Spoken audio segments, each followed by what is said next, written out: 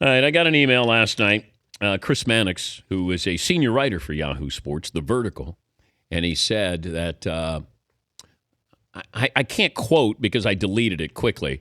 It was Steph Curry has no idea what to do with this playmaking Picasso, and he was talking about Ricky Rubio, the Timberwolves against the Warriors. Chris Mannix joining us now. A good game. I thought Rubio played well, and Warriors looked tired. What did you think? I think it was pretty clear last night who the best point guard was on the floor. Who would have thought that Rubio would outscore Steph Curry? Just a three-point slinging machine out there, Dan, Ricky Rubio. But to your point, the Warriors are tired. That was their 10th game in 16 days. They've been on the road for a chunk of it. You could see the legs were gone a little bit. Moreover, teams in the last 3 games have started to defend the Warrior guards a little bit differently. They've started, I should say, switching on pick and rolls. So they're sending multiple bodies at Steph Curry and Klay Thompson every time you see him. It's a new strategy that Steve Kerr is now seeing with his team. It's created more opportunities for guys like Draymond Green and others, but I think it's really worn down the legs a little bit of guys like Curry and Thompson. So you could see the fatigue in that game last night. But they want to go for the record here. They do. They badly want to go for the record, to the point where even the suggestion of sitting out games for rest purposes is viewed as somewhat insulting. They're just focused on. I mean, they're not even feigning indifference to this. When they're asked the question, they answer outright, "Yeah, we want it. We're going to try to go for it."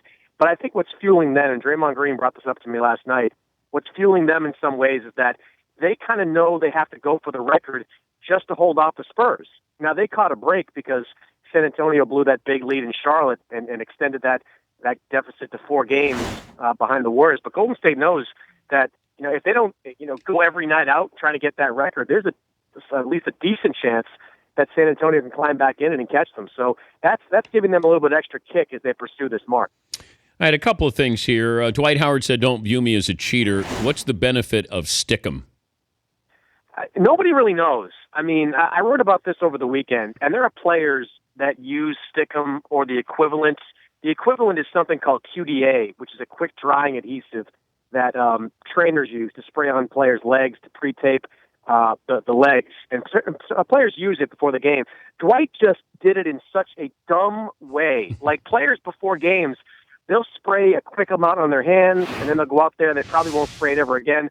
Dwight just sort of gooped it on. He was like that wide receiver in the replacements that had it all over his hands and made it so obvious that the referee couldn't help and the players couldn't help but know that it was there. The NBA thinks this is kind of a dumb story. That's why they didn't fine or suspend Dwight. But they did send that memo around saying don't do it ever again because those kind of substances are illegal. Did LeBron unfollow you yesterday? He didn't, but I mean, God, slow news day, huh? With LeBron and the Cavs. By the way, Dan, have you ever followed these team feeds? Like, I don't follow any of them because all they do is blow up your timeline with, play-by-play of what's going on with the team. Then I don't blame anyone for unfollowing some team feeds. All right, I know you talk to GMs. The Ben Simmons situation is interesting. First of all, has anybody delved into why LSU didn't want to play in the NIT? Did that have anything to do with Ben Simmons saying he didn't want to play in the NIT? I think it could have. I don't think anyone has dived too deep into it, but I think it was in part to do with that. I think it was in part to do with this season has been so embarrassing that I don't think they want to risk embarrassing themselves any further. I mean, they just got blown out by Texas A&M, one of the worst scoring outputs in Division I college basketball that season. I don't think they wanted to go to Monmouth and get crushed by Monmouth in the first round or so of the NIT. I think it was the sheer embarrassment of that season. That's how far it's gone. A team that frankly, people were talking to me about maybe having Final Four expectations coming into the year because of the pure talent they had on the roster is now bowing out of the MIT because the possibility that they lose to Monmouth or Valpo or St. Bonaventure in the first round.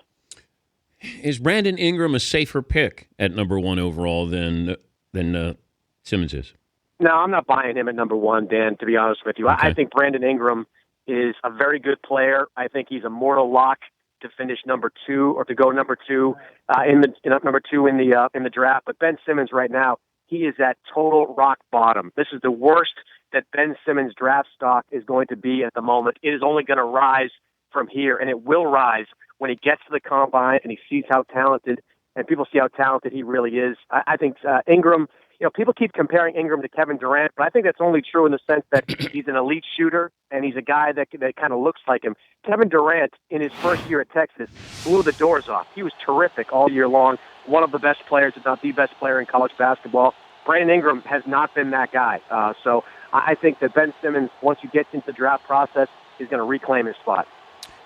I had Jim Boeheim on the show, and he said that behind the scenes, they've been talking about the one and done. And I guess behind the scenes, if it's coaches, the NBA, college basketball, the NCAA, maybe the Players Association, can you see any movement on this one and done?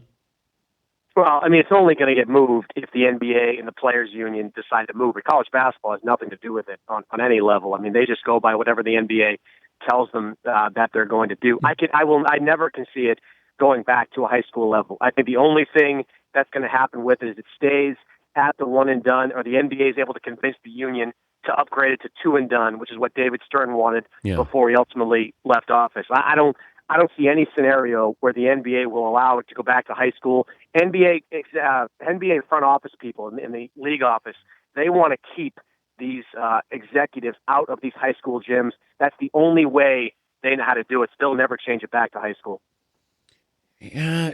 How does the NBA Players Association have so much clout here? In terms of what? Having that they're going to keep the one and done, which I think everybody would change, that it's either you come out of high school or if you go to college, you go for 2 years. Why does it feel like the NBA Players Association is dictating college basketball and the NBA? Well, I mean, the Players Union would love it to be high school. There's no question. They'd love to drop it back down because they want to see these young guys get to their second contracts even faster. That's what it's all about, getting to that second contract. But they have bigger fish to fry here, Dan. They've got a BRI split they got decimated on the last time around. They've got revenue sharing stuff. There are so many other outstanding issues that the Players Union has to dive into that this one is so far down on its radar. I mean, I think they'd love to get to it and they'd love to change it. But if it comes down to this or some other topic, they're going with the other topic. Congrats on your boyfriend last night. Rubio played well. And I still, you know what? And I feel awkward saying it. Is it a common law marriage now between you and Rubio? Why don't you have some respect for one of the great point guards in the NBA, have him on the show, and give him the respect he deserves? I would like to shoot threes against him is what I'd like to do. How many times do you have Steph Curry on the show, and you don't put Ricky on the show when he's trying to lead this young Minnesota team? We've asked for Rubio. But I don't think Fritzy asked anywhere near as hard as he does for Steph Curry. No, but we asked for him, but just like he does in a game, he misses his shot to be on the show. Wow. Well, when he's leading that young Timberwolves team to a title in a couple of years, you'll have something to say. No, the problem? They have no shooters on that team. They have no shooters. Plus, their offense is terrible. It's very bland, and I wonder what's going to happen there next year with the head coaching situation. You've got, I think, guys like Tom Thibodeau, Scott Brooks, and others would love to get their hands on that coaching job. It's a really mouth-watering opportunity for any top head coach because there is unbelievable talent, but I don't think it's being harnessed quite properly enough. But I like the fact that you say Rubio, one of the great point guards in the NBA, and of course Minnesota tried to trade him to Milwaukee, which you do with all the great point guards in the NBA. Well, that's why they need a regime change so people can understand exactly why he's how important he is. Do you realize his stats now are the same as his rookie year? Dan, you need to stop hating. Okay? I'm just pointing things out. I need you to believe. I'm trying to help you. That he will one day be an NBA champion and an Olympic gold medalist. What country do you like this year in the Olympics? I think you're going to go Spain is stacked. I mean, they're a team. That's mean-spirited, Seton. That's mean-spirited. I like that's my prep. Mannix is coming on. Let me get the Spain. There's clip. only one thing to throw in there when Mannix is coming on. I think you're an anti-Spain guy, Dan. You really are. I love Spain. Be nice to the Spanish fans in your audience. I love Spain. Absolutely. I'm big in Barcelona. Huge I can't walk down the street in Barcelona anymore. Look, if you guys need help booking Ricky, I've got his agent's number, his manager's number, probably his housekeeper's number, everybody's number. You need to get in touch with him. Thank you, Chris. All right, Dan. That's Chris Mannix, yahoo.com. and the vertical.